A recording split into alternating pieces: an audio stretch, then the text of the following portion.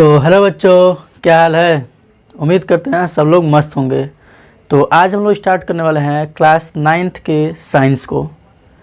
तो अभी तक 8th में आप लोग साइंस पढ़ते थे, 9th में भी साइंस पढ़ेंगे, बट यहाँ पे आपको जो 9th का सिलेबस है उसको बहुत ही ब्रॉड लेवल पे पढ़ाया जाएगा। ठीक है, तो अभी तक आप यही जान रहे होंगे कि साइंस मीन्स साइंस एक सब्जेक्ट है, बट आगे चल के जो साइंस है हमारा 3 पार्ट में डिवाइड हो जाता है, फिजिक्स, केमिस्ट्री एंड बायोलॉजी में। ठीक ना। तो आप लोगों का जो सिलेबस है ऑलमोस्ट उसमें 15 चैप्टर हैं, हमने ऑलरेडी सबका नाम लिख रखा है। ठीक ना।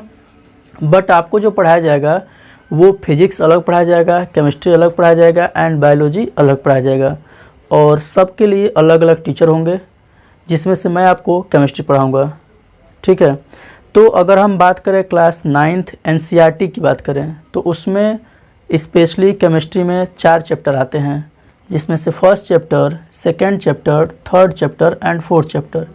मीन्स ये स्टार्टिंग के जो 4 चैप्टर हैं ये केमिस्ट्री से बिलोंग करेंगे आपके, और इसे मैं डील करूँगा। ठीक ना। और इसके बाद वाले जो चैप्टर हैं आपके fundamental, unit of life, tissue diversity, ये 3 बायो के चैप्टर हैं, बायोलॉजी के। उसके बाद वाले फिजिक्स के चैप्टर हैं motion, force, gravitation, work, energy, sound. ठीक ना। तो ये फिजिक्स के चैप्टर हैं। फिर से बायो का चैप्टर आता है, 13 जो चैप्टर है ये बायोलॉजी का चैप्टर है। And natural resources, improvement of food resources, ये एक तरह से कह सकते हैं तो कॉमन है फिजिक्स एंड बायोलॉजी वालों के लिए। ठीक ना। तो जो मेन चैप्टर्स हैं ये हमने ऑलरेडी बता दिया कि स्टार्टिंग के जो 4 चैप्टर हैं ये केमिस्ट्री से बिलोंग करेंगे, ये आपका बायोलॉजी से बिलोंग करेगा एंड ये फिजिक्स से बिलोंग करेंगे। ठीक है। और फिर ये 13 चैप्टर फिर बायो का है, और ये 2 चैप्टर कॉमन है फिजिक्स एंड बायोलॉजी दोनों के लिए। तो इसे जो मर्जी वो पढ़ा सकता है, फिजिक्स वाले या बायो वाले। ठीक ना। बट हम लोग जो डिस्कस करने वाले हैं वो इन्हीं 4 चैप्टर को डिस्कस करने वाले हैं। बट अगर आप एडमिशन ले चुके होंगे तो आपको 9th का पूरा सिलेबस मालूम होगा। जो स्कूल का सिलेबस है वो फाउंडेशन लेवल का है, मीन्स आपको टोटल साइंस में 30 चैप्टर पढ़ने हैं। सिर्फ इसमें 15 है NCERT में, बट आपको एक्स्ट्रा चीज़ें भी कुछ पढ़ाई जाएंगी। और अगर मैं केमिस्ट्री के सिलेबस की बात करूँ तो थोड़ा सा उसको देख लेते हैं हम लोग।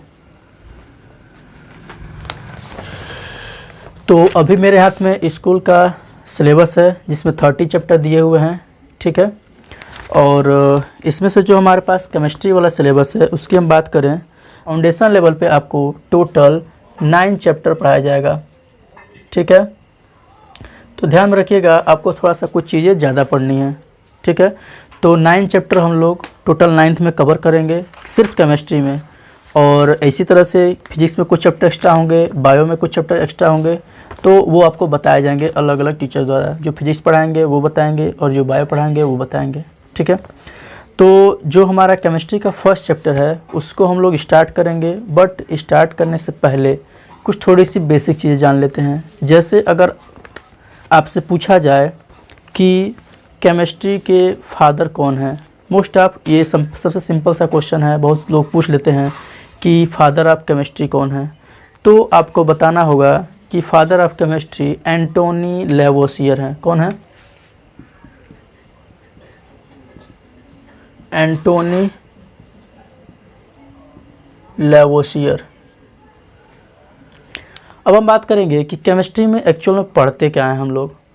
तो आपके अगल बगल जितनी भी चीज़ें दिख रही हैं उनको हम बोलते हैं मैटर। जैसे मेरे पास ये पेन है तो इसे हम मैटर बोलेंगे। आपके सामने अगर चेयर है तो वो भी मैटर है, टेबल है वो भी मैटर है, आपके सामने रखा हुआ ग्लास भी मैटर है, आपके हाथ में जो मोबाइल है वो भी एक मैटर है। मतलब हमारे अगल बगल दिख रही हर चीज़ मैटर है। ठीक ना।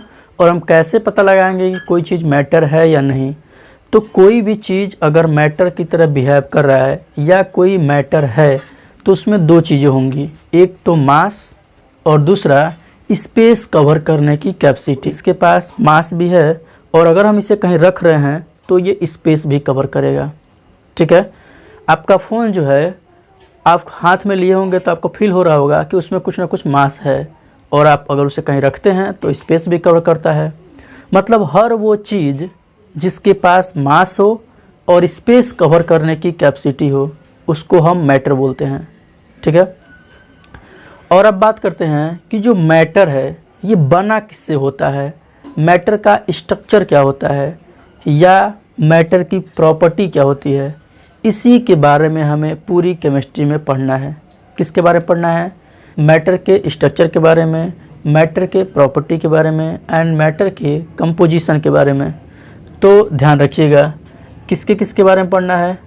तो मैटर का स्ट्रक्चर क्या है, कंपोजिशन क्या है एंड इसकी प्रॉपर्टी क्या है, इसी के बारे में हमको पढ़ना है। इन्हीं तीनों चीज़ों को हमको पूरी केमिस्ट्री में पढ़नी है। ठीक ना। तो क्या क्या पढ़ना है? मैटर का स्ट्रक्चर, मैटर की प्रॉपर्टी एंड मैटर का कंपोजिशन। इन्हीं चीज़ों को स्टडी करना हम केमिस्ट्री बोल सकते हैं।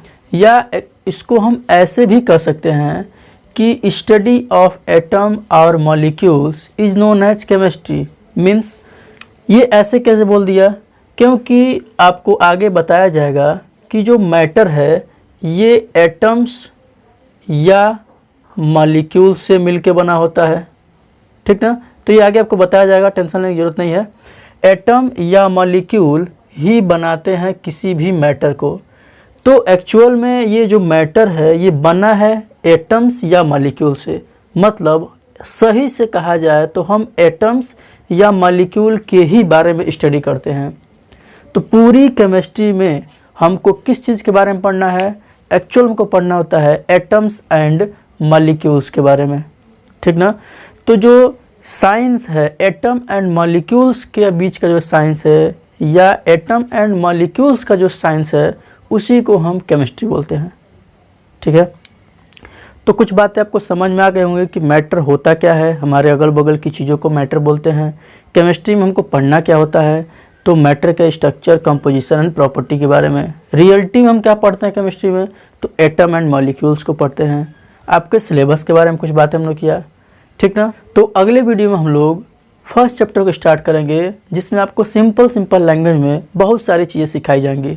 ठीक है। तो बस आने वाले वीडियो को आप लोग जरूर देखिएगा। तब तक के लिए थैंक यू।